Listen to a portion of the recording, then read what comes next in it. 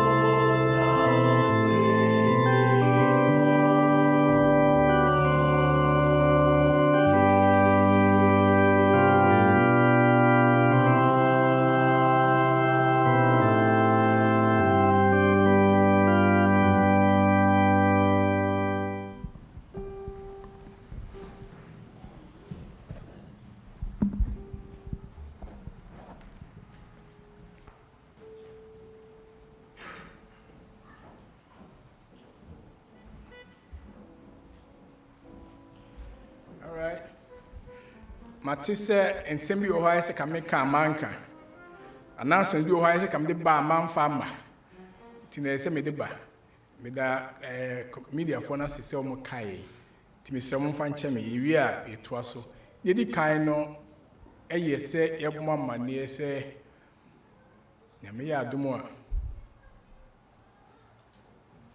We ma Canada. Next week you know a penny gambra and a bompire a was Sabbath school book and say now Nicholas Boatin I scripture mine amen. Lydia and so and a bay mission report no hojuma amen. Na it was a more abompire my teacher for no and take on for example on our bompire ma a Sabbath school no can say all right a failure to be a money say yenua ba Jessica Bonsu one Humphrey Ade yenua Paula De ne ba omo ena omo di omo birthdays no hallelujah Humphrey ni ha ena Jessica nso ne ma bompa ma omo o ebra na me bompa ne da na monka a me mo ti ba bi omo bia mo ka ne say all right ma mo happy birthday nyame enhram afei ne ka ho bie mu a eno so ehyew no so ene say membership transfer into best so cratchy bar na or the membership transfer second reading no abre monka emi shara na kwan. Happy Sabbath. This is our second reading for our membership transfer for Henrietta Dura from the Philadelphia Ghana SDA Church to the Macedonia SDA Church in Chester, PA. Amen. So I now propose that this request should be accepted. Do we have any seconders from the congregation? All right. Okay. So all those in favor, everyone should please raise up their hands. Amen. And then all of those that are against, please raise up your hands. Amen. Amen. All right. Thank you, Nana. You want to say something? No. All right. When somebody joins us, we rejoice. When somebody leaves, it's also quite, disturbing. But what can we do? Your mom payama until rita baby or be a yami insurance. Eradia that was sick. Your mom about Henrietta. When we say, Odo near the Jesu and the traha. I saw a knee say, a few of them, the beer best walk, Chester, or no Marco Domo. So wadaro makwembia so bibia wo hia o na brabo nsunsum no fadum no homan akira wo gya yenso maboni bia nka wo bia mi se wonamfo ha obusua mi so foi ne kro ye mi ya enso be ne den ti so kan ho na ma ina so a ye wo ha yensa nya wo nchen hira na odomunti de ahwa ne se bedru heaven ho ti boante ne bo yenso na dachi uyu ho dia ye piwo nim ho yesu die monti. Amen. Amen. Adventist men, arise. Adventist men. Adventist men. Amen. Amen. Amen. It's now time for tithe and offering. Before the deacons collect the tithe and offering, I would like to read this scripture to back up from Colossians 2. Verse 23 to 24, and I read, "And whatever you do, do it heartedly, as to the Lord and not to man, knowing that from the Lord you will receive the reward of the inheritance, for you serve the Lord Christ." Amen. Amen. Beloved, as the scripture says, do it heartedly, just do it willingly, not by any means. I have testified, you have testified, and I assure you, God is willing to do it. Before the deacons come to the tithe and offerings, shall we rise up and pray?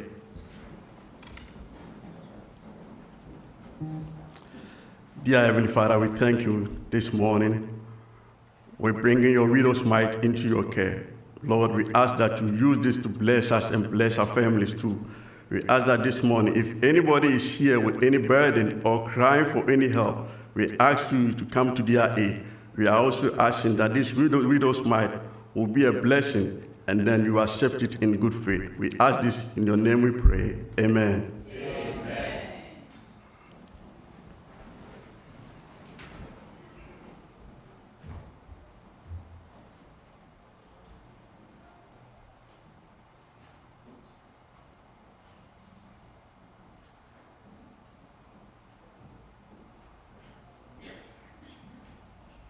Yes. So Pastor Moses requested for Yao Sapon. So we've asked Dr. Ampon to give us a number from Yao Sapon. So Pastor Moses, this is your song. I know you said you don't understand the lyrics, but you'll get it. You'll get it.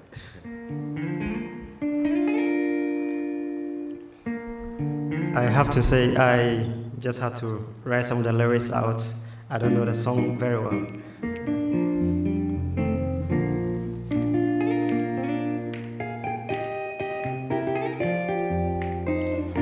Ejo nyamye biri piara nyetima Asafu Yehowa biri piara nyetima Ejo nyamye biri piara nyetima Afiwe diaboni funye na beuma o nyetima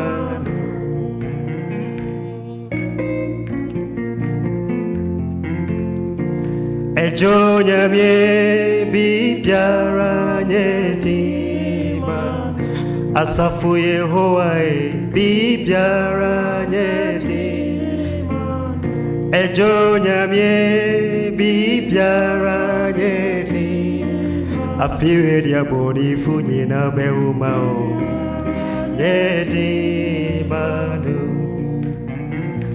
Oye nyamia yenini na majensuro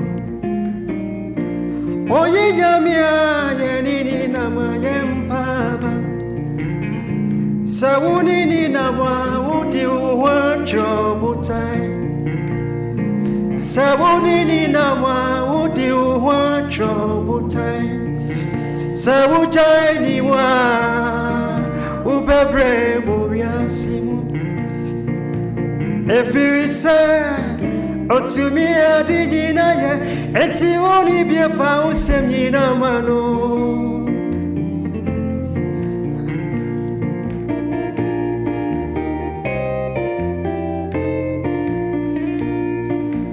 Oye nyamia ye nini na mwaje suro Oye nyamia ye nini na mwaje mpaba Sawuni ni na mwawudi uwancho botai Sawuni ni na mwawudi uwancho botai Asawutu yena otumiki chaji efirimu Asamutu yena otumiki chaji efirimu Sawuni ni na mwawudi uwancho botai Efirisa otumi adijina ye enti oni biefa usemnyina mano Asemutu wako unkuto jeriwe Tutive unyami suwe swaka Yesu akuma Ejo nyami bipiara nyetima Ejo nyami bipiara nyeti Afiwe diaboni funyi na beuma o Nyeti mano Ejo nyami bipiara nyeti mano Amen.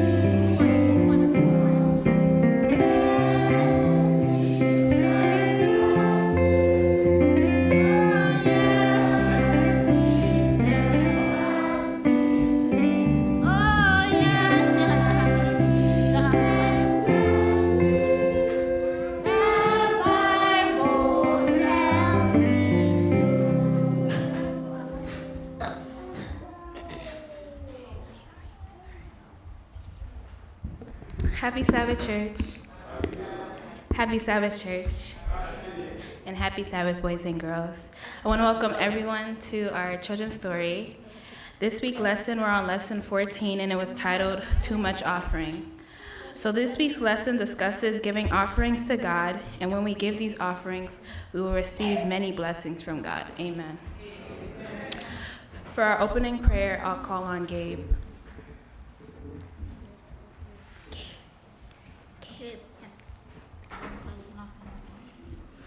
Dear God, thank you for what you've given us. Please protect us in Jesus' name. Pray. Amen. Amen. Our opening song will be Alive. Amen.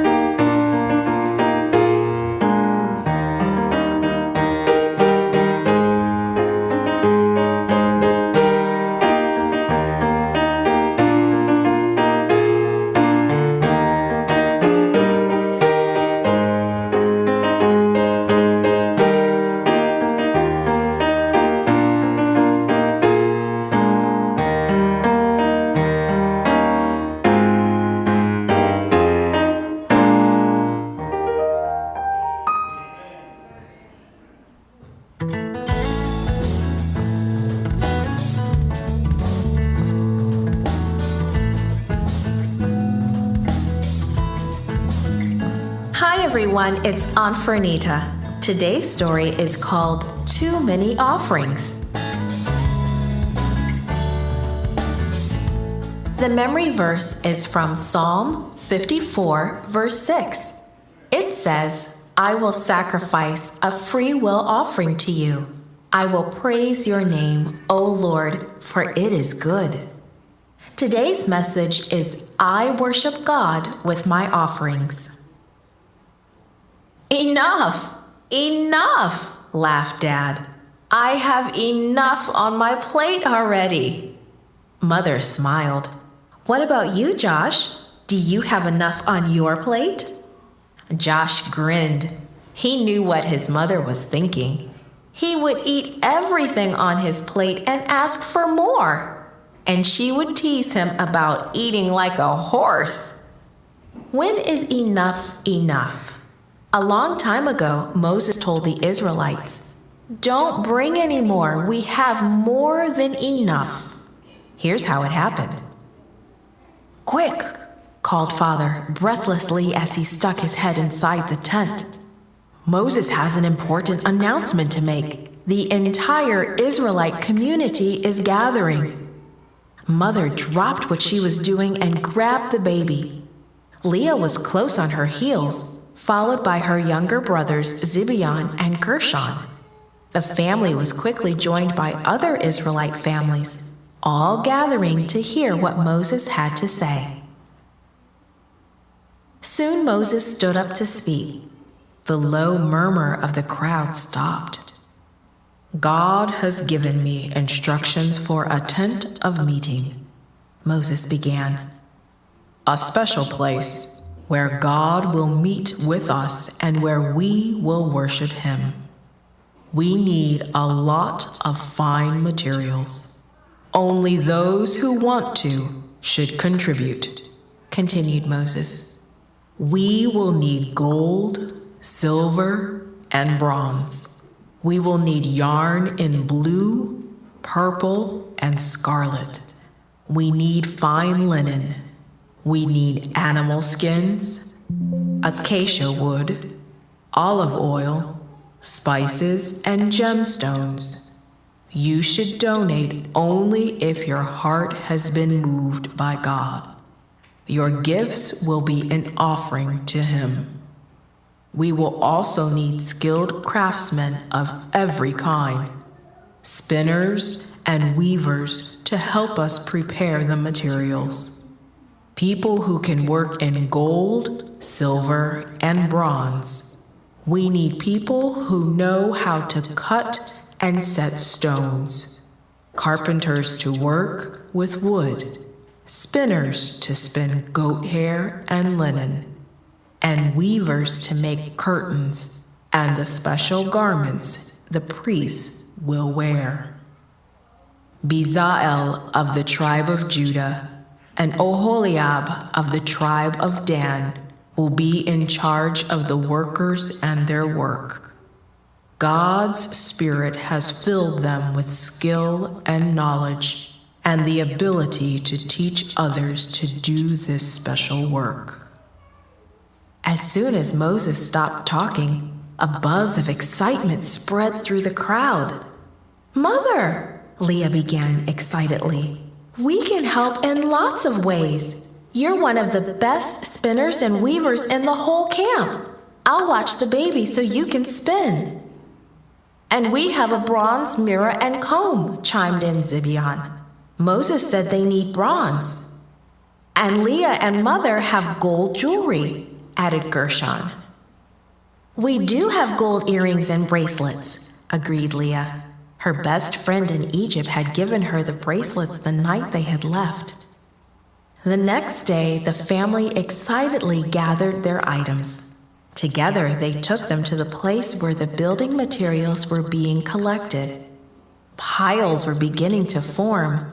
Gold jewelry here, silver over there, bronze bowls and other utensils a little farther on. Animal skins, acacia wood, goat hair, and linen each had their own stack. Excitement filled the air, making it feel like a joyous holiday. Every day, Leah and Zibeon and Gershon walked past the growing piles of materials. Then one day, the builders told Moses, "We don't need any more materials. We have more than enough now." So Moses told the people to stop donating. The people of Israel had come through. They loved God very much. They wanted to see the tabernacle built too.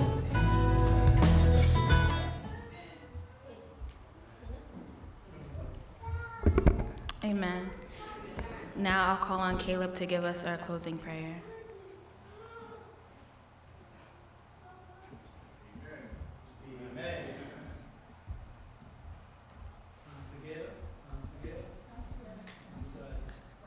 Thank you, God, for all you bless us every day, and we live to see another day, and we will live a peaceful, eternal life for you, and thank you for putting word, and we worship you, and we are always gonna worship you until we see you in heaven. Amen. Amen.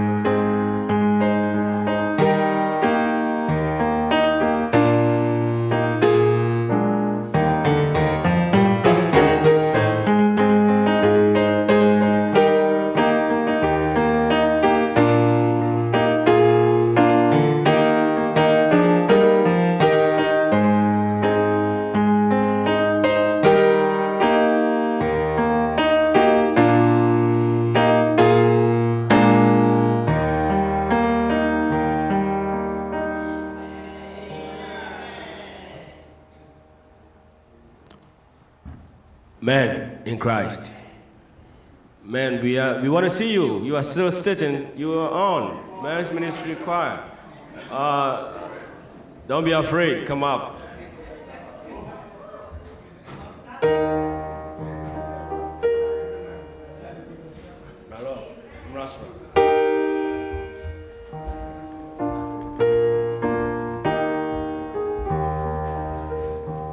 All the men, please come to the platform.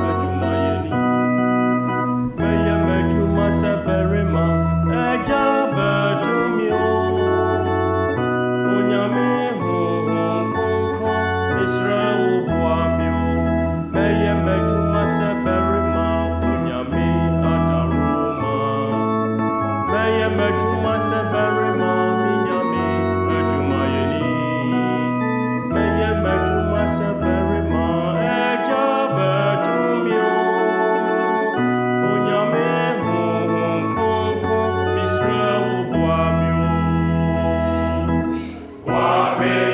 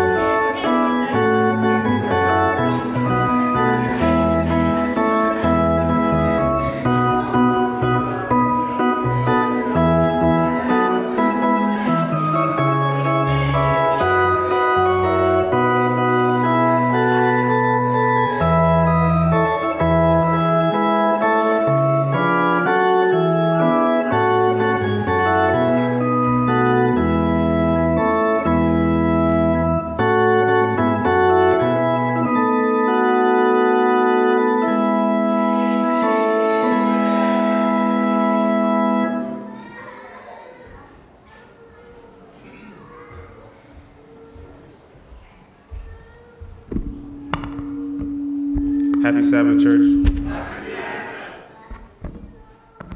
Scripture reading for today is coming from Genesis 50, verse 19. Shall we all rise?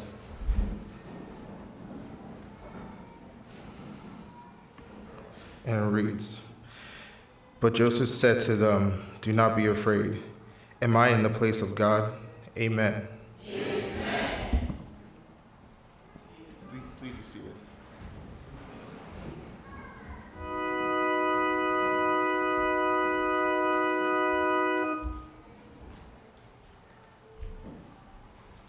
Amen. Today is a very special day, and somebody was telling me, "The man, you did a good job, hallelujah." Amen. And she was happy with the conductor because I didn't miss one. All right, praise be to God. My duty at this time is to introduce to you our wonderful speaker who has been doing a wonderful job in a very wonderful way to God's wonderful people throughout this whole week. His name is Pastor Moses Njuguna. Pastor Moses Njuguna is a native of Kenya in East Africa. He is the husband of Barbara Njuguna. And he's also the father of Rachel and Joshua Njuguna. So he has how many children? A girl and a boy, or a boy and a girl, all right? Pastor Njuguna is an ordained minister. Amen. He has served as a pastor in Chicago, a pastor in Delaware, a pastor in Maryland, and a pastor in New Jersey. Amen. At this moment, currently, he is the church pastor of the new Maranatha Karibu SDA Church in Jersey City, New Jersey. Amen. Pastor Moses, you saw him, you heard him speaking to us this week, and he was always referring to me as a friend. He is not only a friend of mine, he is not only a mentee of mine, but he's also my boss. Amen. He's my boss in the sense that he serves as the coordinator of the African ministries in the Allegheny East Conference. Amen. And all the pastors in the Allegheny East Conference will come under him. Amen. And I happen to be the secretary of this coordinator. So that's why I'm saying he's my boss. In terms of education, after graduating from Lincoln University in Pennsylvania here, so Pastor, you belong here. Next time, don't forget that you belong here. After graduating from Lincoln University in Pennsylvania with a degree in psychology, he attended and graduated from the Seventh-day Adventist Theological Seminary at Andrews University in Barron Springs, Michigan, with a Master of Divinity degree. Hallelujah. Amen. He is a board-certified mental health psychiatric nurse practitioner. Amen. And he has been in this business for many years. He is currently working on his doctorate in Doctor of Psychology and Clinical Psychology with a focus on post-traumatic growth. As a result, he specializes in the intersection of mental health and biblical spirituality. Amen. Pastor Moses has presented, he has taught, he has trained, he has counseled and treated many people on specific and diverse mental issues, including depression, trauma and post-traumatic growth, addictions, anxiety and stress, emotional intelligence, and other topics on the science of the mind and the Bible. Apart from his compassion for God's ministry, he is also very deeply involved in the lives of those who are hurting. He has a very special passion for the youth and young people, and very much believes in the power of prayer and fasting, and has seen many lives transformed through the power of fasting and prayer. He has witnessed breakthroughs in the lives of many people through the power and privilege of prayer. So it's my prayer, and I hope it is the prayer of yours as well, that today, by God's grace, there will be a breakthrough in your life. Amen. So after the song that is coming up, we usually describe that as the hymn of meditation. The next voice you hear will be the voice of no other person but our own Pastor Moses Njuguna. Hear ye him. Amen.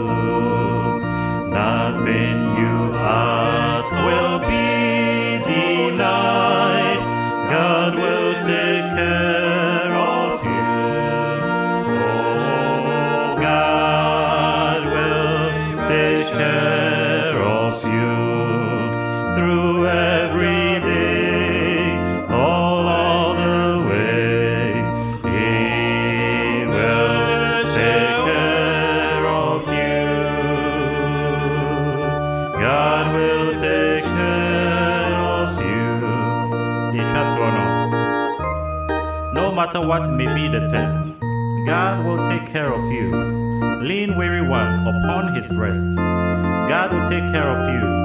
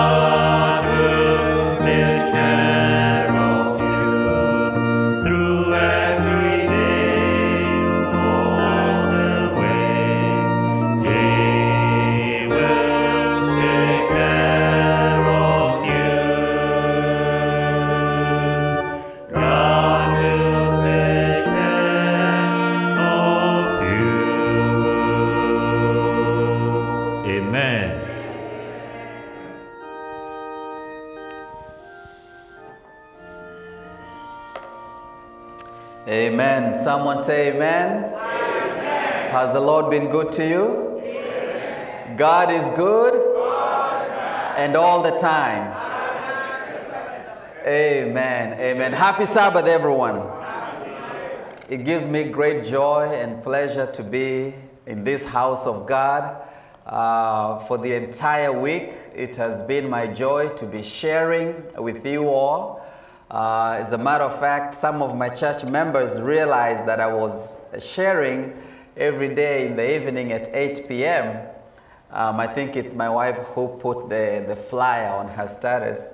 And so they said, why didn't you tell us? Because we wanted to join in. But I told them, if you joined in, then you'll be leaving the other programs in the church.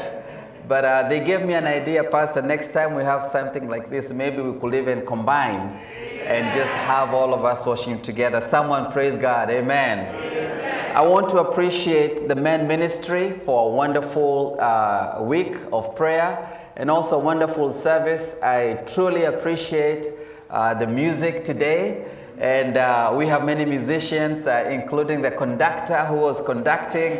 And I said, my goodness, you know, God has given people many gifts. And so I want to thank you all, and I also want to thank the music ministry for the wonderful rendition, especially of Yao Sapo. I was showing your pastor, I have like 9 songs from Yao Sapong, and like I was saying, I don't know what he says, but he says it's so good that it is calming the heart. And so I'm grateful, Dr. Ampong, for that song, and my brother Amos. God bless you. Your pastor is a good man. Your pastor is a good man. Please do not forget to pray for him, and not just for the month of October, which begins tomorrow, but also for all other times. I usually say to my church family that the greatest gift that you give is not on Pastor Appreciation Month. It is throughout the year when you pray, when you support, when you encourage, when you unitedly work together. That is the greatest gift that you'll ever give. And so I want to appreciate you, Pastor P.A. Kubi. Truly, he's my mentor. I actually remember where I was when I made a phone call to him one time. And I said, Pastor, could you mentor me? And he asked me, what do you want? I said, just pour into me everything that you know about ministry. And he has now disappointed me. In our current setting right now in the African Ministerium, I consult him, and he gives me great wise counsel. He's a pastor of many years, of many experiences. And Pastor, I truly appreciate you and for the work that you are doing. Thank you so much. Philadelphia, Ghana, you are blessed. Amen. I don't want to take much time. I want us to get quickly into the word. But before we do so, please accept greetings from the New Maranatha Karibu Seventh-day Adventist Church. I had shared with my leadership that I will be here today, and they said, when you go there, please take our greetings. How many of you accept greetings? Okay, I see some who don't want to accept. It's okay. It's actually okay, this is in. But when I go back next Sabbath, I'll be preaching in Maranatha. Should I take any greetings? How many of you send me with greetings? Even those who don't send me with greetings, I will take them. I will say I received greetings. Amen. I accept also greetings from my family, my wife, Sister Barbara, our daughter Rachel, and our son Joshua. They could not join me because of another situation that took place this past week on Thursday. Some of our members have lost their loved one, and so they're taking care of that as also I'm taking care here. The entire week has been a blessing to me. I don't know about you, as we have been sharing together about living your best life now. If you're not able to join us on Sunday, we spoke about men.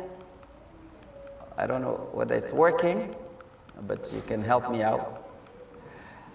We spoke about man, that who is born of a woman, who is everyone, his days are short, they're few, but they're also full of trouble. And we said that that does not have to be the case throughout, because even though the days are few and full of trouble, Jesus is calling us and say, come so we can do an exchange. I will take your troubles and give you the peace of God that passes all understanding. And then on Monday, we saw how it is all interconnected. We saw how not just mental health. When you talk about mental health, and then we want to just leave that alone and focus on another thing and another thing. We saw everything is interconnected. Man was made simple and plain.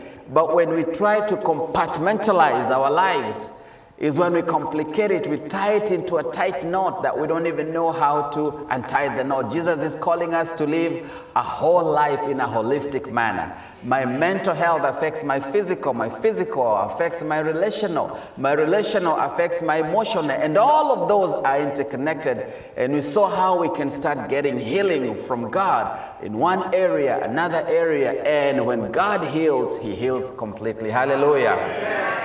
We came in on Tuesday, we looked at the issue of anxiety and worry and stress. And if you remember, we said that worry and stress, they form the word waste. They waste our energy, they waste our time, they waste our focus. And it's all in the mind of what we can do in our minds to think correctly. The Bible gives us what we need to do. It says to us, be careful what you think, because what we think affects the entirety of our life. And the Bible gave us some things that we can do. On Wednesday, this is where we spoke about depression and sadness and grief. And we saw, among all things, if you do not know what else to do, be an encourager. In a world where you can be anything, be kind. You do not know what people are going through, but your kindness will go a long way. On Thursday, we looked at the issue of suicide and what we can do to prevent suicide. Suicide is preventable. No one has to die. As long as we, the church, are together, no one has to die or to take their life. And then last night, we saw the question, why are we living a life of defeat? And we saw among the things Jesus told the disciples is that they had forgotten or they had neglected the discipline of prayer and fasting. They were too distracted. And Jesus is saying to us, bring them to me. Bring those children. Bring those households. Bring those husbands. Bring those wives to me. I know what I can do to fix them. I want to appreciate the person who read the scripture reading. I want us to read it together. Someone please help. Maybe the clicker is working a little too fast ahead of me. All right. The book of Genesis, chapter 50, verse 19, the word of God says, Joseph said to them, what did he say? You know the story, so you already know who he's talking to. He's talking to his brothers.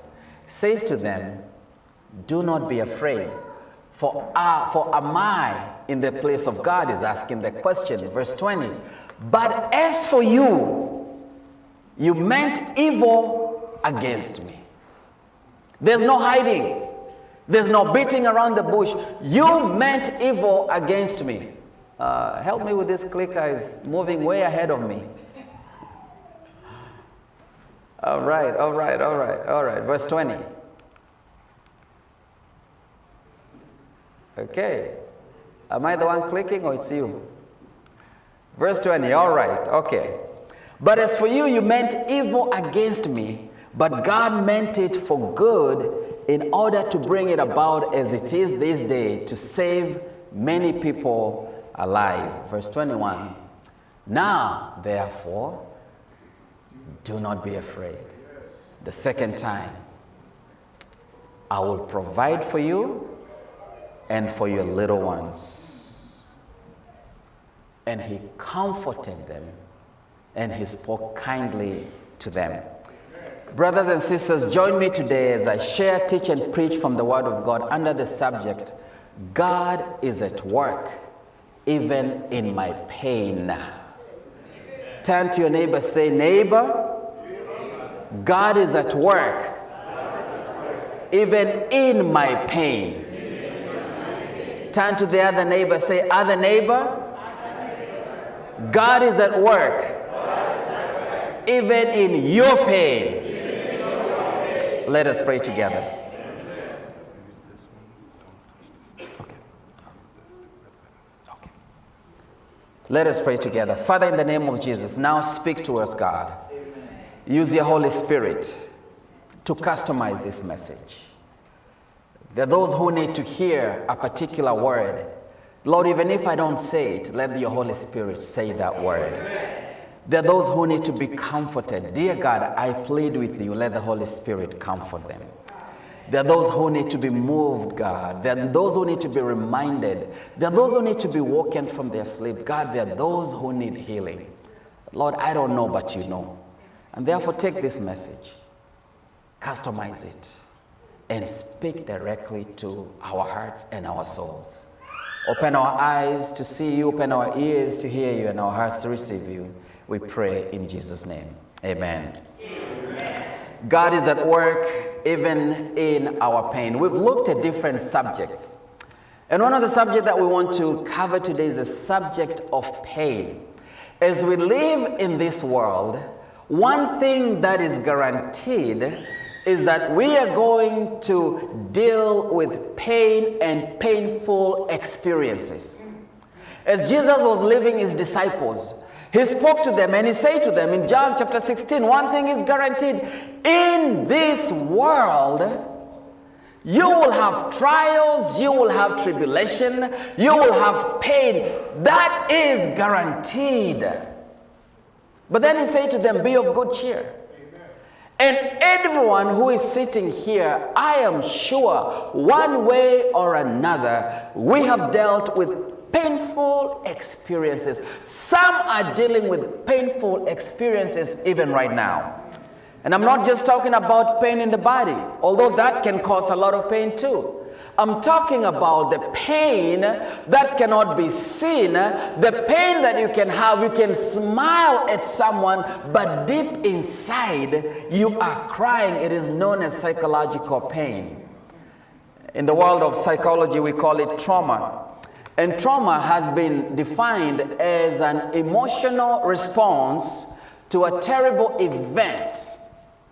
An event takes place, whatever it could be. And whatever can be translated as a terrible event to one person may not be a terrible event to another person. It depends on how they took it.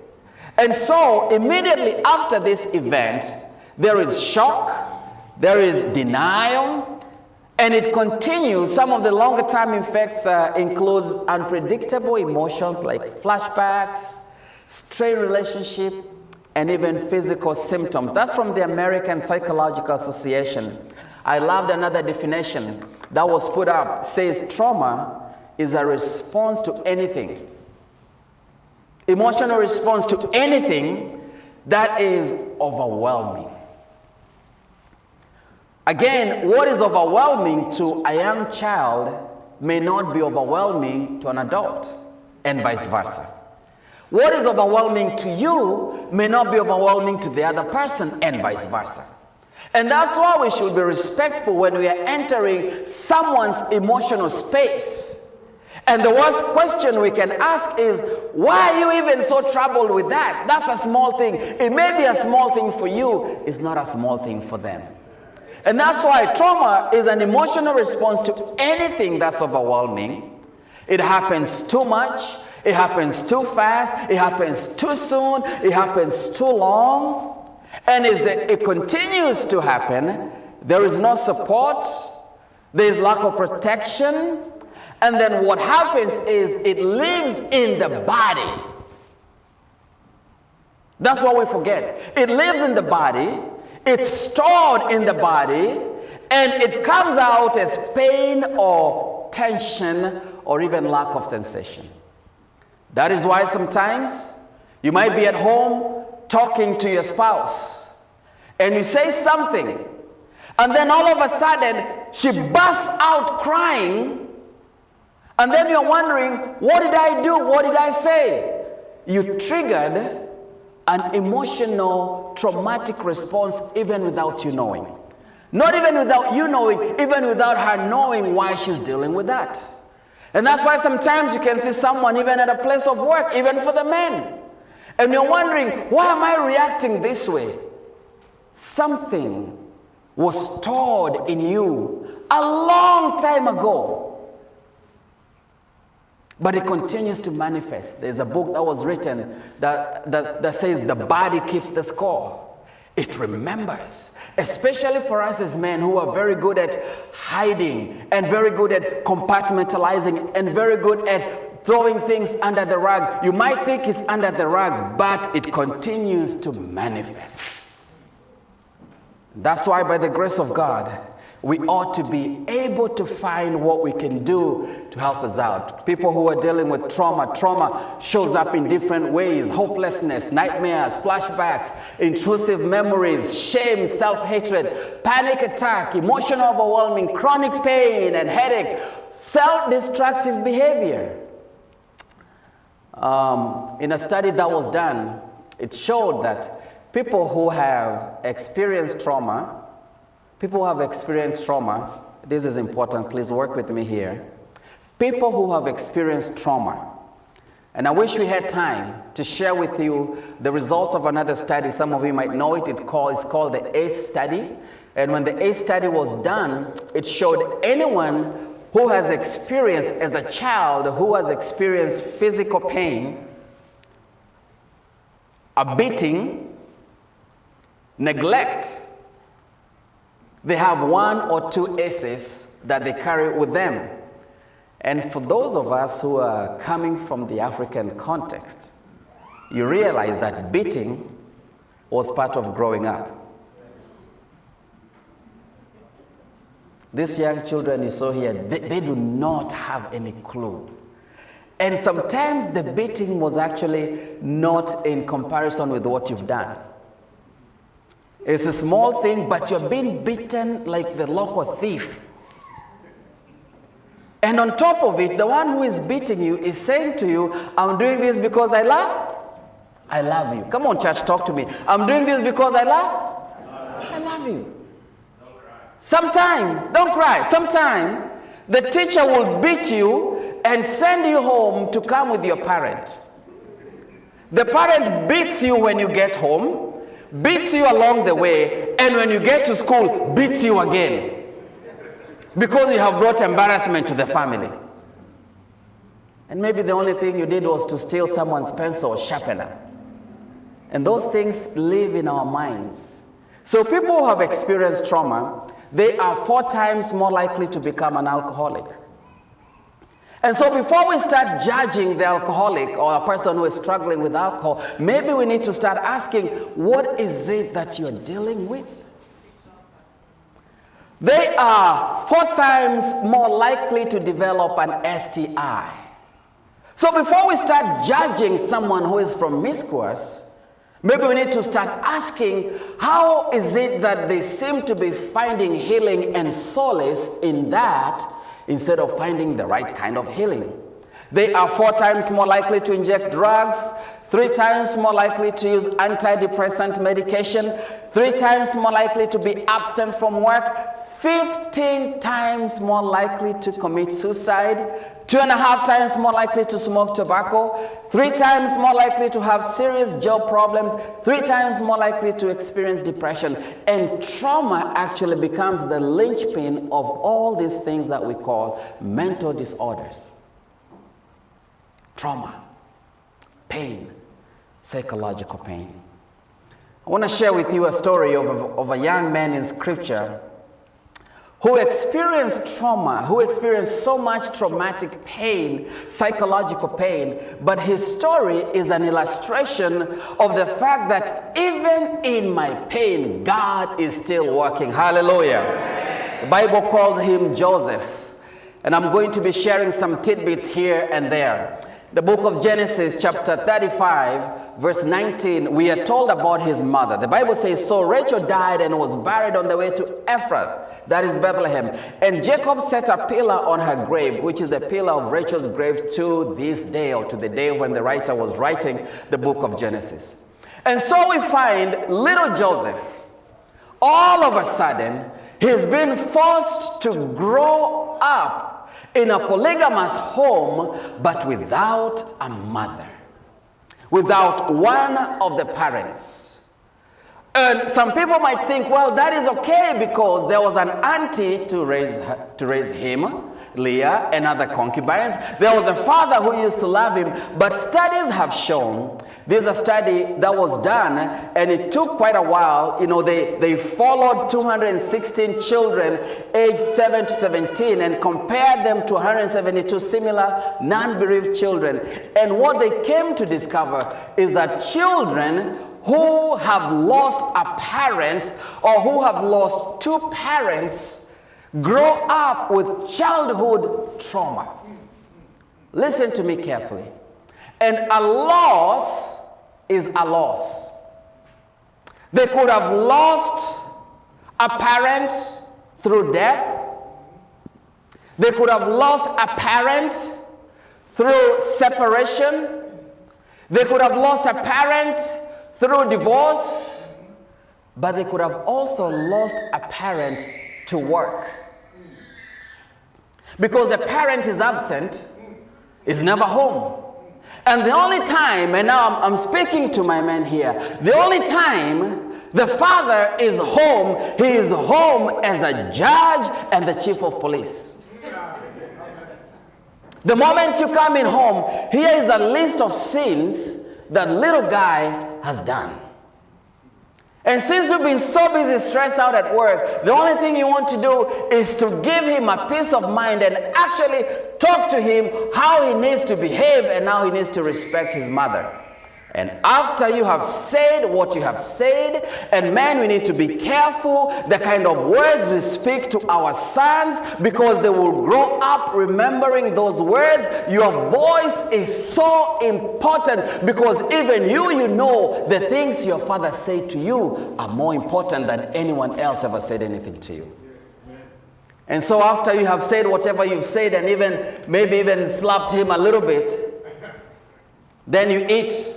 Then you go to sleep, and when you go to work, the same person who was the prosecutor and brought little Johnny to you, that is Johnny's mom, calls him, says, Johnny, here's something for you to drink. Here's some soup for you to drink. Don't worry, things are going to be okay.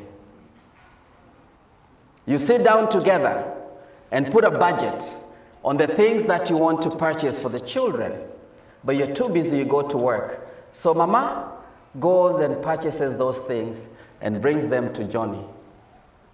In the mind, mommy is the best. Mommy is awesome. But there's another guy who shows up to bring hell on earth, and he lives in this home. Let us be careful, men, that even as we are busy out there fending for the family, that we are present in the lives of our children. That we are present. Kids don't need presents, they need our presence. Hallelujah. Amen. Go to the piano recital. Go to the football games. Go for swimming. Spend time. Childhood trauma can happen because of the loss of a parent for whatever reason. And so Joseph is growing up. He's having to deal with this trauma, childhood trauma, because one of the parents was not present. The Bible says that he grew up, his father loved him, and he loved him more than the rest. And so he had made him a wonderful, nice coat. And so came one time when his brothers went to take care of the sheep. His father said to Joseph, Joseph, I need you to go and look for them and take some food for them to eat. And so when they saw him coming, I'm skipping a lot of details. When they saw him coming, they said, behold, the dreamer is coming. What are we going to do to him? And they said, let us throw him in the well. Bible says when they threw him in the well, actually they sat down to eat as the brother was crying inside the well. The Bible says, so it came, this is now Genesis 37. Genesis 37, verse 23 and 24. Bible says it came to pass when Joseph had come to his brothers that they stripped Joseph of his tunic, the tunic of many colors that was on him. Then they took him and cast him into a pit, and the pit was empty, there was no water in it. While they were there, they are eating, they are talking, and they are laughing, they are trying to think what they need to do. They saw a caravan coming, and they said, there's no need for us to kill our brother. Let us sell him so he can go, and we can remain, and we can make some money out of this. Can you imagine? That's a picture of Joseph, at least from that artist rendition. He's there struggling with these people who want to take him. People who are negotiating how much he will cost are his own brothers. He didn't have to come and bring them food. He came because of love. But here they are negotiating how much they're going to sell him for. And he knows once he gets sold, he's going to live a life of slavery. Sister White says in Patriarchs and Prophets, as the caravan journeyed southward toward the borders of Canaan, the boy could discern in the distance the hills among which lay his father's tents. Bitterly, he wept at the thought of that loving father in his loneliness and affliction. Continues. Again, the sin of Dothan came up before him. He saw his angry brothers, and he felt their fierce glances bent upon him. The stinging, insulting words that had met his agonized entreaties were ringing in his ear. She continues to tell us that with a trembling heart, he looked forward to the future. What a change in situation from the tenderly cherished son to the despised and helpless slave. Alone and friendless, what will be his lot in the strange land to which he was going? For a time, Joseph gave himself up to uncontrolled grief and terror.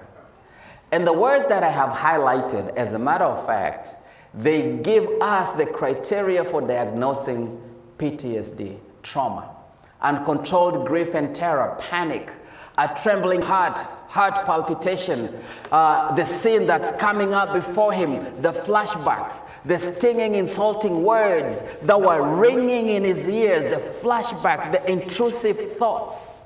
And Joseph becomes a picture of a man who is actually having to deal with trauma, psychological trauma.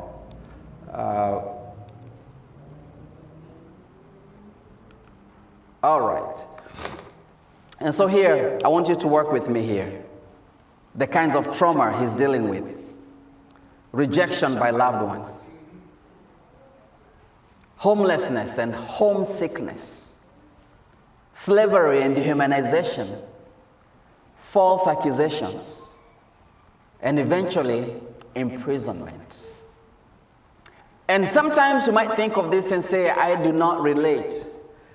But when we fail to open our hearts to our loved ones, what they are reading is rejection rejection by loved ones, our spouses, our children. When we come to this country, I don't know whether you dealt with homesickness, because I know I did, and I didn't know what was going on. Slavery and dehumanization, when you're actually being treated as a second-class citizen. False accusations by Potiphar's wife, and eventual imprisonment. For those of you who have watched this documentary, When They See Us, it's the life of these young men, Raymond Santana, Kevin Richardson, Corey Weiss, and Tron and Youssef. And they were accused falsely that they had actually molested this lady up in New York. They were imprisoned. One of them was put in a terrible, terrible prison where he was being beaten every single day. By the time they were exonerated using DNA, and a guy who actually came forward and said, this is what I had done, they had spent a lot of years in prison and even having to deal with the shame and the humiliation. For those of you who've watched the documentary, and if you haven't, this will be something nice to watch, especially with our young men. All of them, they talk about the time when they had to deal with trauma and how it affected the rest of their lives. And here is Joseph. The story of Joseph is amazing because when the time comes for him to come out of prison, he had different things that he could have done. When he spoke to this man and he said to him, please remember me when you go to Pharaoh. For 2 years, the man never remembered Joseph. And as we read those chapters, we are wondering, God, why would you let Joseph stay in prison? As a matter of fact, it was 13 years because he came out of prison when he was 30. He went to prison he went into slavery when he was 17. So for 13 years, Joseph is suffering, dealing with one traumatic event after another. But you see, the plan of God was that Joseph will not come out of prison and go to the streets of Cairo. The plan of God was that Joseph will come out of prison and go to the palace. Hallelujah, somebody. When the time came, I know you know the story, so I'm skipping so I can be able to point out some lessons. When the time came and he came out of prison, Pharaoh says to him, look, you shall be over my house, and all my people shall be ruled according to your word.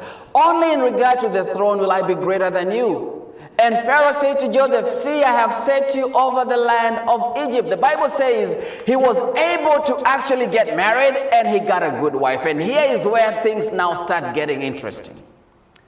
When God blessed them with a child, the Bible says Joseph called the name of the firstborn Manasseh. Why did he call him Manasseh? He said, for God has made me forget. For God has made me forget all my toil and all my father's house. But I disagree with Joseph. God had not made him forget.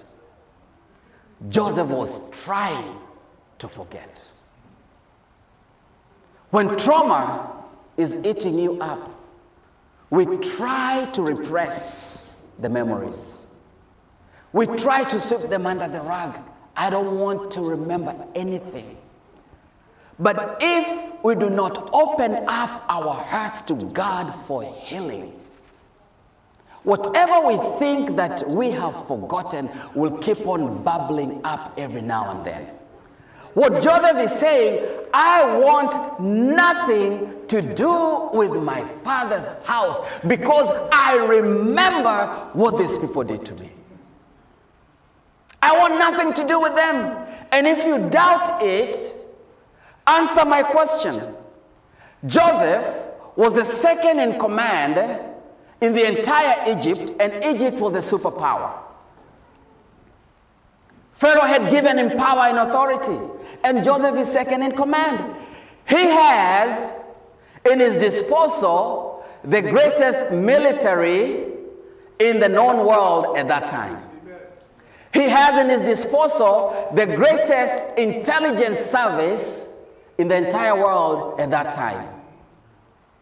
Why did Joseph for 9 years never bother to find out where his father was living? Why did he not bother? He could have. He could have taken the military, he could have taken the intelligence and said, I want you to go to a place called Canaan. Look for an old man who looks like this. Look for an old man who has his household looking like this, because that's my family. I want to be in touch with. Joseph never bothered for 9 years. Why is it 9 years? Because when his brothers show up, Joseph tells them afterwards, he tells them 2 years have already gone by and there's 5 more years of famine to come. That is after 7 years of plenty and 2 years of famine. That's when the brothers show up. 9 years. Joseph never bothers to look for his family. But here he is saying, God has made me forget. No. He is trying to forget. He is forcing himself to forget. But everything around him reminds him every day. Ephraim comes along and he says, God has made me prosper in a foreign land. Yes, you can be prospering in a foreign land, but if issues of trauma and psychological pain have not been dealt with, you find that you're still living in pain over and over and over and over again. You find someone doing so well in this country. They have everything. They have the money. They have the business. They are doing so well. But there's still something that's off. Because you're trying to forget instead of bringing it up so God can heal it. And so Joseph is here doing what in psychology we call repression or suppression. Just trying to hold it all inside. He's trying to, like we shared the other day, he's trying to compartmentalize. He's trying to compartmentalize everything. I'm going to be the ruler. I'm going to take care of the king's business. I'm going to make sure that there's enough grain. He was building granaries and he was taking care of everything. But deep inside, he's trying to suppress.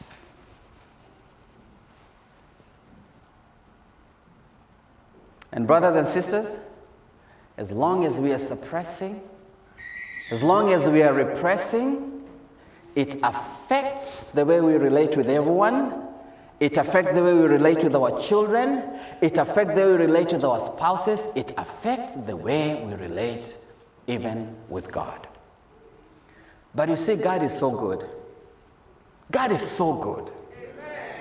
That Joseph, who is trying to forget his father's household, Joseph, who is trying to forget his dysfunctional family, and let me tell you, that family was dysfunctional.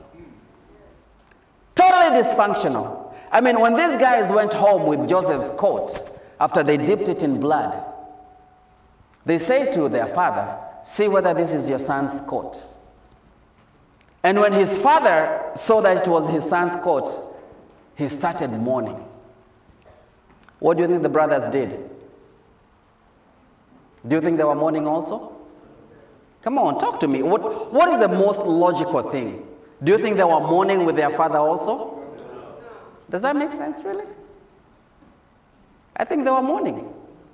If they stand aside and the father is just mourning and they're just looking, they will be the suspect. So the father is mourning and they're also mourning along.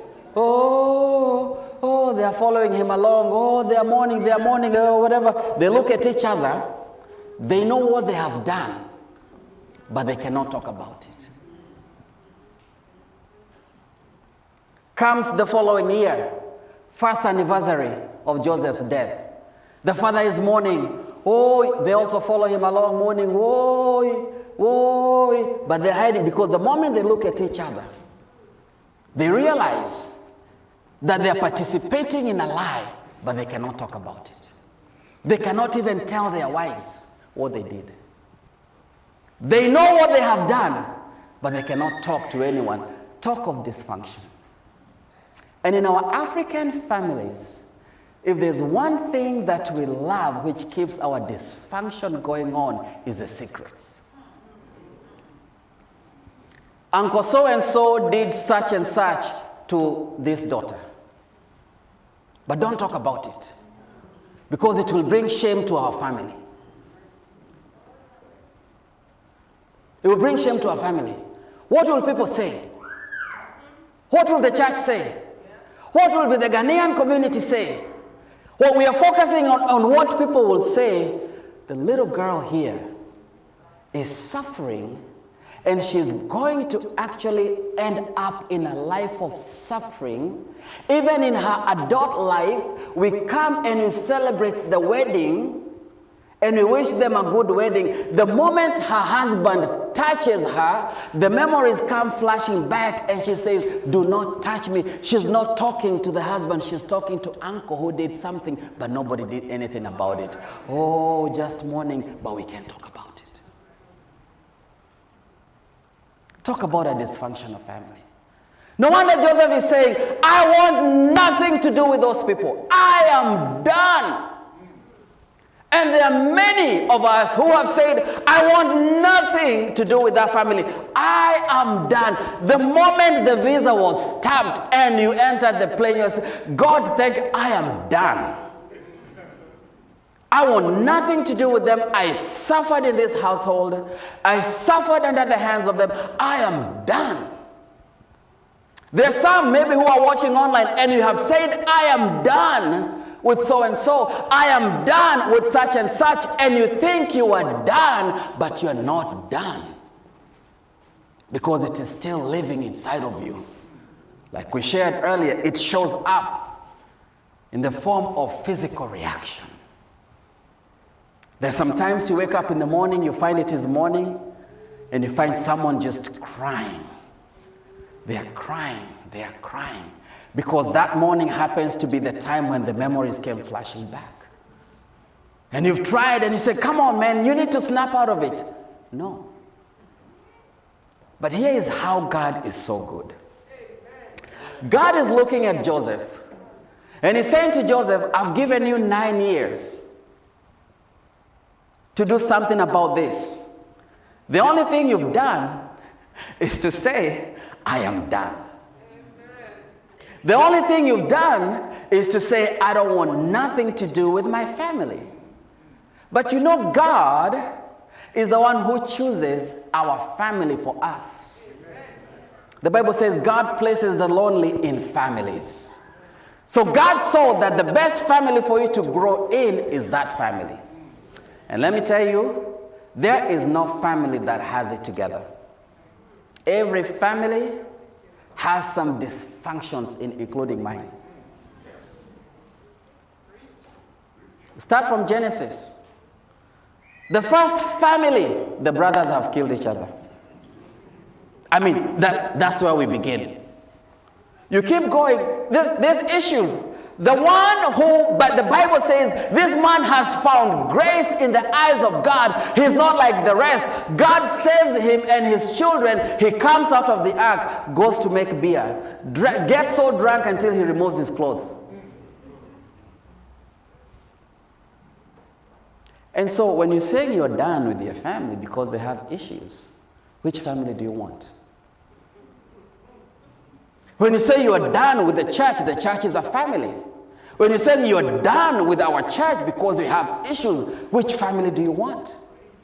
God has placed you here so we can be healed together of our issues. Hallelujah. And so God, who is at work even in my pain, puts a plan together and says, Joseph, the day has come where you'll have to face with what you've been running away from.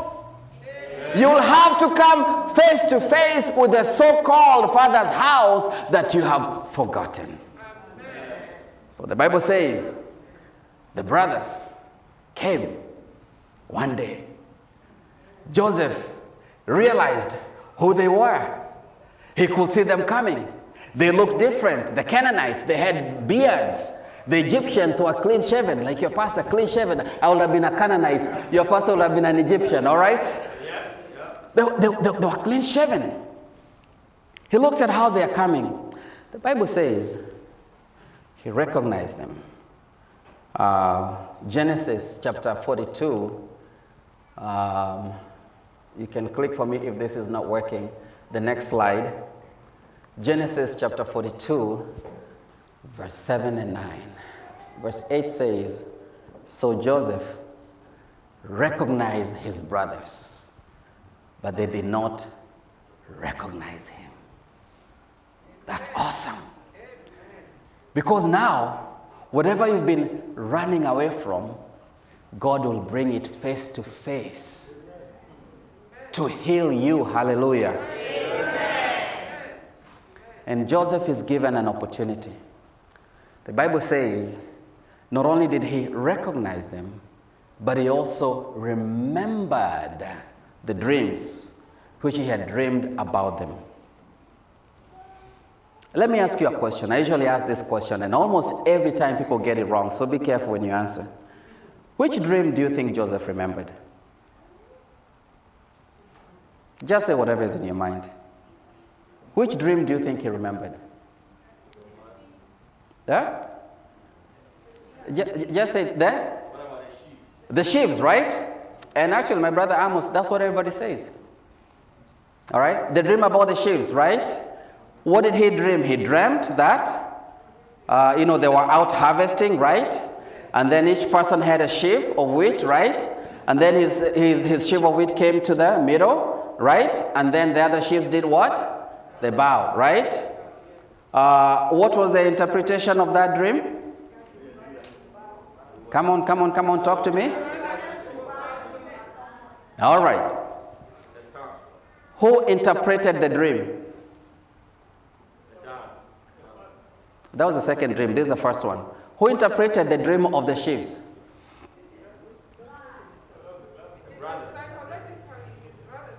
The brothers interpreted. Joseph was the dreamer. And Joseph is the one who had the gift of interpreting the dream. But in this instance, all Joseph did was to tell them the dream. Then the brothers did what? Interpreted. There are people with low self-esteem and serious inferiority complex. They put 2 and 2 together when 2 and 2 don't belong together. They will see 2 people talking there, and they will start with, they're talking about me now. Look at what they're talking about me now. No.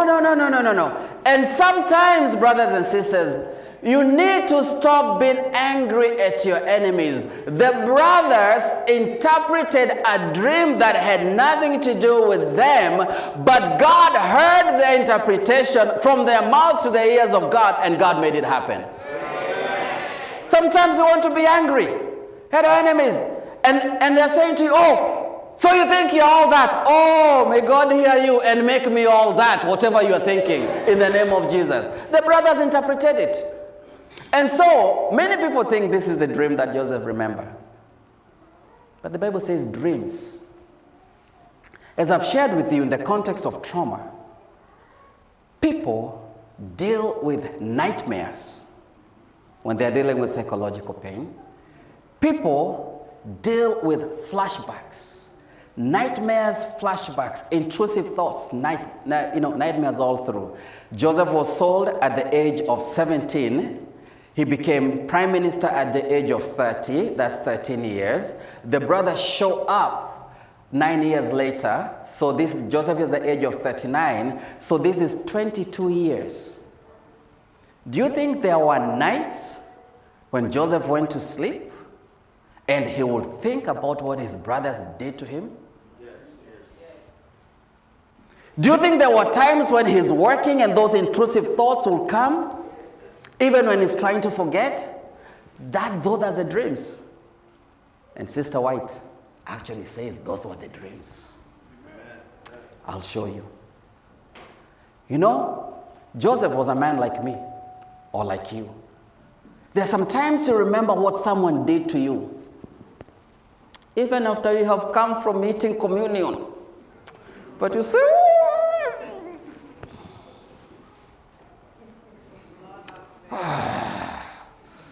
it not for the blood of Jesus? Because you know, is it just me? See, if we were to meet somewhere, it's dark, no cameras, it's me and this person, I will give them a piece of my mind. Why did you go talking about my family? Why did you do this? And maybe do something real quick. Not something major, something real quick to remind them to keep their mouth. That is what Joseph remembered. Sure, let me have the next slide. The Bible, Sister White says, as Joseph saw his brothers stooping and making obeisance, his dreams came to his mind. And the scenes of the past rose vividly before him. He's remembering. The Bible says Joseph spoke harshly at them. Finally, we have met. For 22 years, this is what you did. I brought you food. You threw me into the pit and ate the food I brought.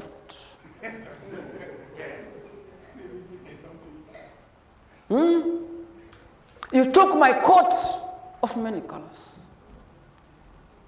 And then you negotiated. And for those 13 years, I dwelt in slavery. I was beaten. I did not have enough food to eat. I suffered because of him. He spoke harshly to them. What does the Bible say he did after speaking harshly to them? He threw them into prison. You stay there. Do you think this is a man who is dealing with pain? Yes. You stay in prison. They stayed there for 3 days. Maybe Joseph is saying, maybe you need a taste of... You stay there. We look at Joseph as a picture of forgiveness. But on the journey of forgiveness and healing, Joseph went through what we go through. The problem with us is that we alight. We get out of the bus before we reach the destination of forgiveness. And we keep on with these vengeful, bitter feelings. He threw them in prison. And then when they were in prison, they started talking. And it's Reuben who is talking to them. And he's saying to them, this is what I told you will happen to us because of what we did to our brothers 22 years ago. They've been hiding the secret, but they remember. They keep remembering. My brother, my sister, God says to us, vengeance is mine. Leave it to me. I will keep it in their heart. I will keep on squeezing. You don't have to do anything. For 22 years, they were being squeezed. In prison, they are talking in Hebrew. And Joseph is listening. He says, okay. So they remember. So they know. Then Joseph tells them to come out. He'll send them back home with money, with food, but they need to bring Benjamin. But one of the brother, he said, one of you has to remain in prison.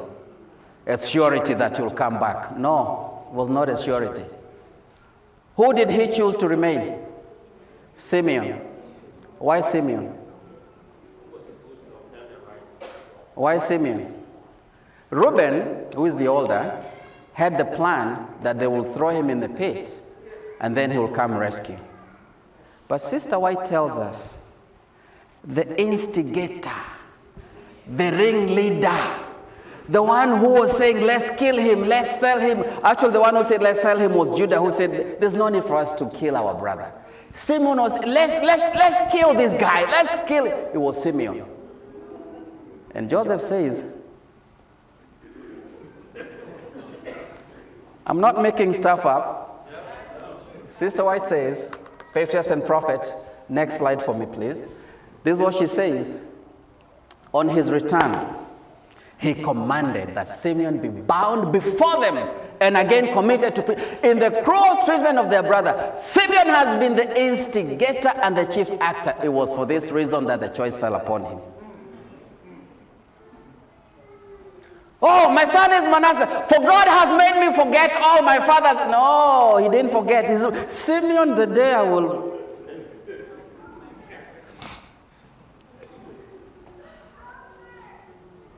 Of course, we know how the story goes. Later, they come, and he takes them through the tests. And through the test that he's taking them, every time Joseph meets with his brothers, he will go out and he will cry. It was the tears of 22 years. The things he had suppressed inside. The pain. But here is where things get better.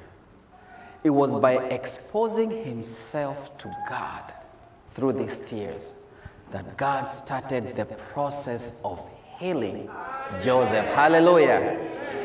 Even in my pain, God is at work. Hallelujah. The Word of God says to us, take me to the next slide, please. Isaiah chapter 66. This is where I want to bring some lessons from. Isaiah chapter 66, verse 7 through 9. I'm going to read from easy to read version. It says, a woman does not give birth before she feels the pain. And of course, men, you have no idea of this, so just listen and say amen where you need to say amen. A woman must feel the pain of childbirth before she can see the boy she gives birth to. Who ever heard of such a thing? Next slide. In the same way, no one ever saw a new world begin in one day. No one has ever heard of a new nation that began in one day.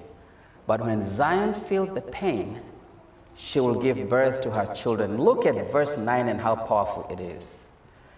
In the same way, God says, in the same way, hallelujah. Amen. In the same way, God is saying, I will not cause pain without allowing something new to be born. Amen.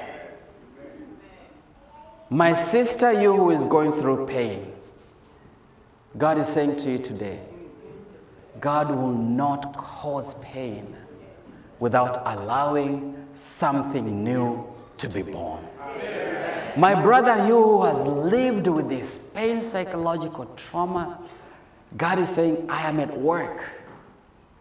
Something new is just about to be born. I'll share with you what happens in some of the studies that have been done. There's this field now known as post-traumatic growth. And I like this picture because it represents a plant that is growing in the most unlikeliest of places. Gone through hell and back, but it's still growing. Post-traumatic disorder is balanced, on the other hand, by post-traumatic growth. Calhoun and Tedeschi, two psychologists, came up with 5 things or 5 pointers or 5 things that happen to those who actually are able to go through their trauma and find healing. And instead of dying or instead of having more pain or being stuck in their trauma, God allows them to have what's known as post-traumatic growth. One of the things is they come out on the other side. What God is saying is allowing something new to be born. They come out on the other side with a greater appreciation for life. They value the preciousness of life and they have a deeper sense of gratitude. By the time Joseph is bringing his family home, he has already decided that there is more to life than hanging on to bitterness and pain. He appreciates the little things that life has to give. Give me the next slide. They also start to experience improved relationships. They reevaluate. I have been through hell and back. Now I understand what is more important, the relationship. They have deeper and more meaningful connection. Next slide for me. They have enhanced personal strength, discovery of inner strength and resilience of the power that they never knew that they had. They tend to start embracing new opportunities and new possibilities. Trauma can lead people to reassess their goals, priorities, and life path. And lastly, they start experiencing a deepening of spiritual beliefs, new insights about the meaning of life and their life purpose. Let me share this with you. God is saying, in the same manner, I will not cause pain or allow pain without allowing something new to be born. Listen to me carefully. In our understanding as Adventists, we know in Revelation 12, there was a woman who was waiting to give birth to a child. But right next to the woman was what? The dragon. What was the dragon trying to do? It was waiting for this child to be born so the dragon could do what? Eat the child. In the same way, after you've gone through the pain and the painful experiences, and God is just about to bring something new in your life, like I've shared with you, the spiritual growth, the enhanced relationship, meaningful connections. We have to be careful that there's a dragon waiting to steal what God is going to bring to you. The dragon, who is Satan, his goal is that you will have the pain and the trauma and you have nothing to show for it. So you end up having a double loss. And how does he eat the new thing that's supposed to be born? By instilling in us the bitterness, the resentment, the unforgiveness. My brother, my sister, I'm here to tell you, if we don't allow God to start the process of healing by first you choosing to forgive, the new thing that was supposed to come will be stolen by the dragon. It will be eaten by the dragon. But I don't feel like I want to forgive. You don't need to feel. You make a decision. I will forgive. But I don't feel like I want to let go. You don't need to feel. It's a cognitive choice. The feeling will come later. Because feeling involves healing. And only God can heal the heart. But the decision is mine. I make the decision. I will let go. I will forgive. I will not keep this going on forever. Hallelujah. And until we come to that place, the new things that God has given, the dragon is still eating. God has enabled you to get the visa to come to the new country where everybody else could have come. There's a new opportunity. The dragon has eaten that. Even in the new country with all the opportunities, there's no joy. The dragon has eaten. God has blessed you, has given you a good job, and you're making good money, and we thank God for that. But because of the pain, the unforgiveness, the dragon has eaten that. You're making, you're not enjoying. God has blessed you with a good family. But because of the resentment, the fear, the lack of forgiveness, the dragon is eating. And we have nothing to show for it. For Joseph, he allowed God to get into the heart and to bring that forgiveness. Hallelujah. Amen. And so when he was revealing himself to his brothers, and they're saying, I'm sorry for what you did, I'm sorry for what he did, Joseph had a new perspective. He would say to them, it is not you who sold me. It's not you who sold me. It was God who brought me here. Hallelujah. Amen. But prior to that, we find Joseph was struggling also because in his mind it was the brothers who sold him. But after the process of forgiveness, the process of healing, he had a new insight. And so when the father died, they came to him in verse 19. They came to him And they spoke together and they said, you know, maybe what Joseph has been doing, he's been waiting for daddy to die so he can deal with us.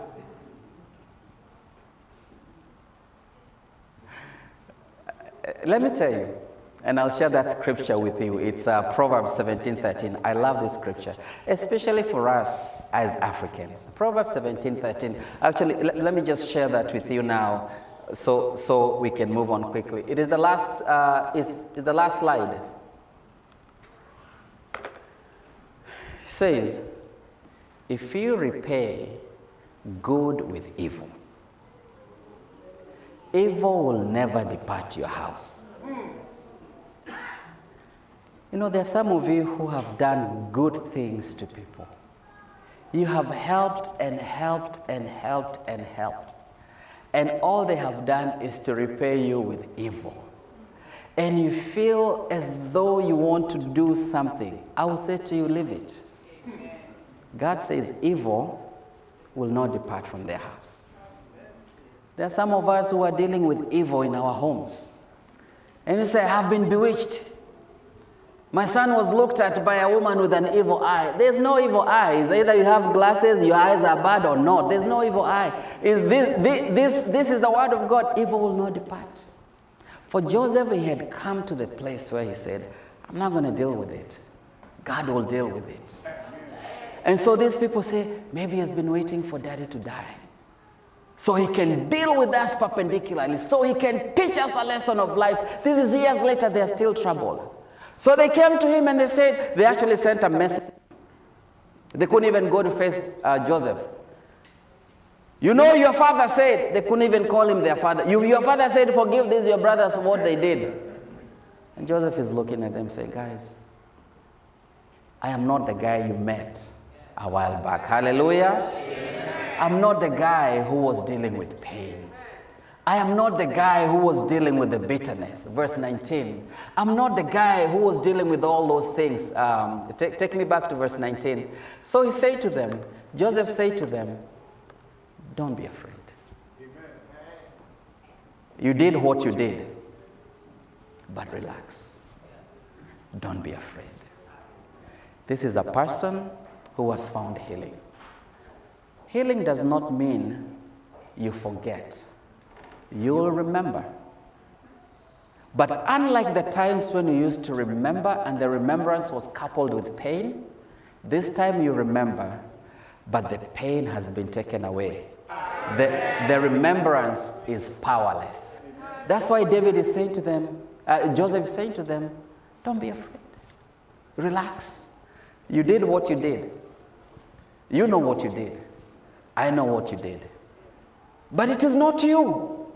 He has a new perspective. He says to them, verse 20, but as for you, your plan was evil against me. You wanted to kill me. You wanted to forget me. But God had a good plan, hallelujah. And his plan was that many people will be saved. And that's why I shared with you last night. Your pain is not in vain.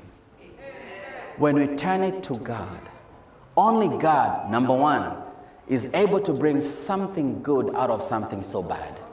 Number two, your pain gives you credibility to help somebody else. And you can say to the person, sister, don't worry. I've been through this. Oh, my husband has left me. Oh, my sister, let me tell you what happened to me 15 years ago. When he left, I thought that life will change and I will die. But who is God?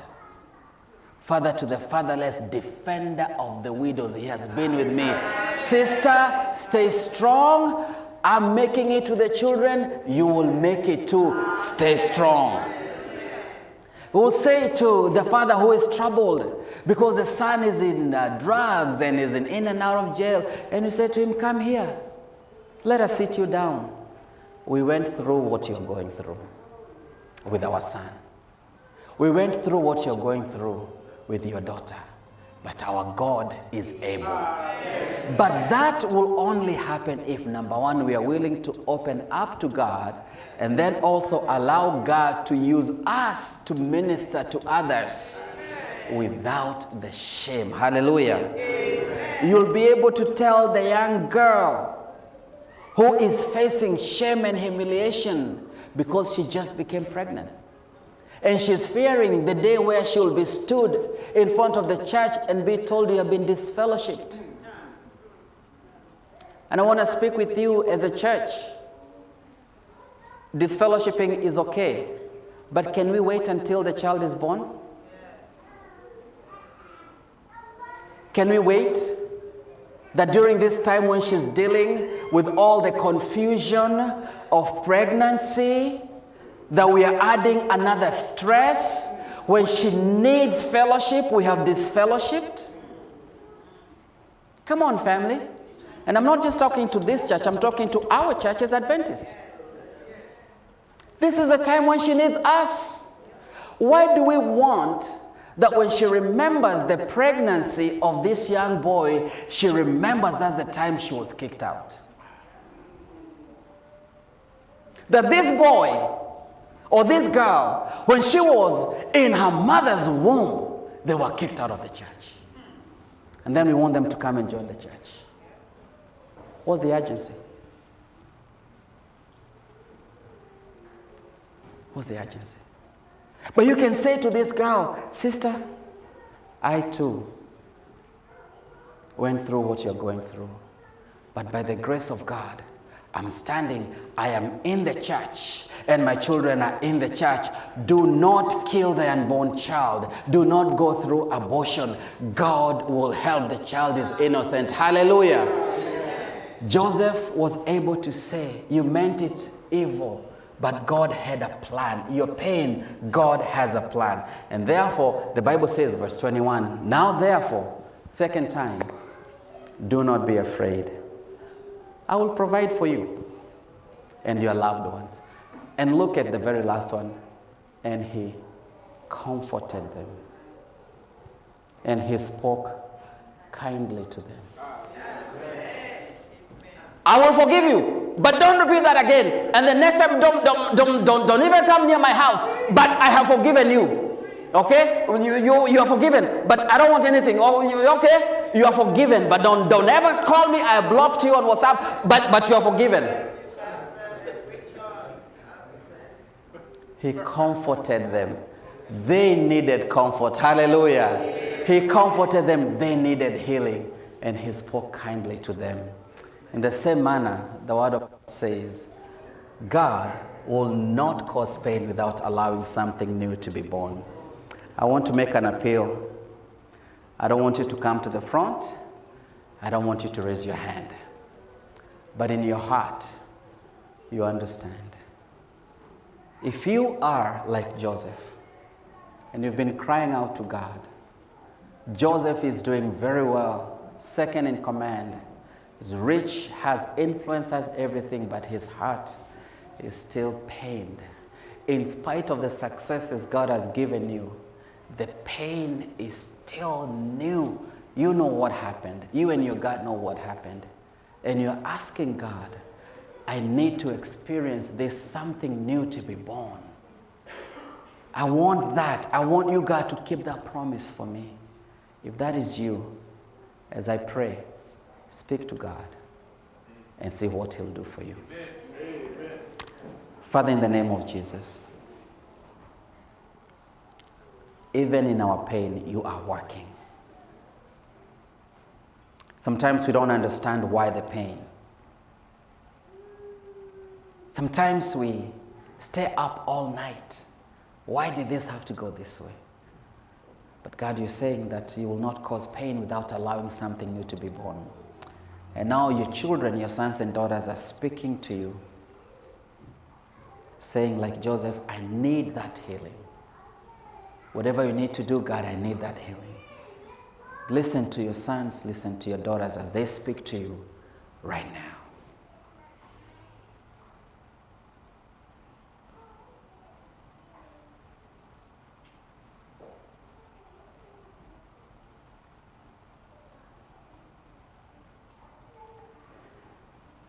Dear God, there are times when you heal in a process, in stages. And there are some times when you heal in an instant. There are times when you heal using your word. And there are some times when you heal and you want us to get help, professional help, in one way or another. Reveal to your children, your son, your daughter, what they need to do. But at the end of it all, God, we are praying that when something new is being born, let them be around to experience it. That the dragon will not steal it as he has been doing. Let your children, your sons and daughters, have life and have it more abundantly, that even as we're waiting for you, we can live our best life now, is our prayer today in Jesus' name. Amen.